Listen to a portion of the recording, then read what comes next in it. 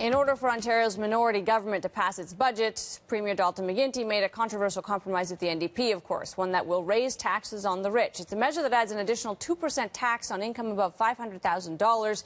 The government expects it to raise $470 million a year. That will go towards paying down the deficit.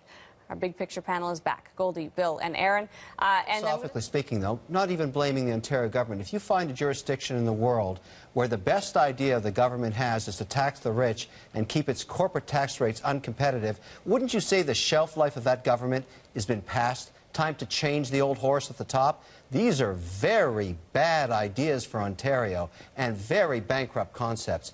It's really time to have John Paul have an election. Would you not agree? Well, I think that philosophical is a rather lofty term to describe what is really just a dig at people you don't like.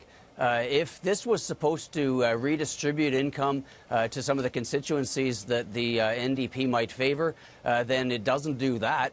It's supposed to go into the deficit, but I also don't think it's going to raise anything like the revenue that's projected, because there will be all kinds of reactions to this, particularly if it's a temporary tax. Then it's a timing thing more than necessarily a matter of getting up and moving completely. So not only does it potentially get them off the hook, as the way that Goldie said, at least from the point of view of optics, but if the revenue doesn't come in, then in fact all you've done is you've put up a big sign that says talent not welcome, success not welcome, and you don't get the money. Erin, do you have a different take on this? I absolutely do. I mean, first of all, Bill claimed this won't do anything to sort of help the less fortunate, but it was part of a package of amendments to the budget that did actually include an increase in social assistance to the poorest members of society.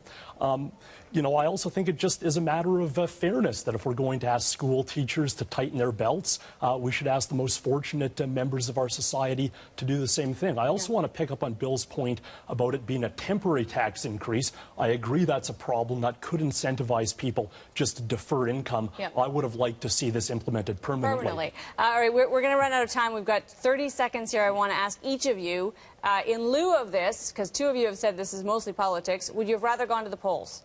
Bill? I don't think an election is such a bad thing. I know pollsters often find people saying they don't want one, but they can clear the air, and clearly we're in a bit of a lock with bad economic policy right now. Goldie, quickly? Democracy is an expensive thing, and we shouldn't let that stand in the way of good policy. All right, and Erin, obviously you thought it was the right thing to do. I thought it was a good outcome. Fortunately, there's still a minority parliament, so there'll be more opportunities for the NDP to negotiate further improvements to the province's fiscal plan. That's more tax. Great to have all of you here. Our big picture panel, Erin Weir, Goldie Hyder, Bill Robson, thank you very much.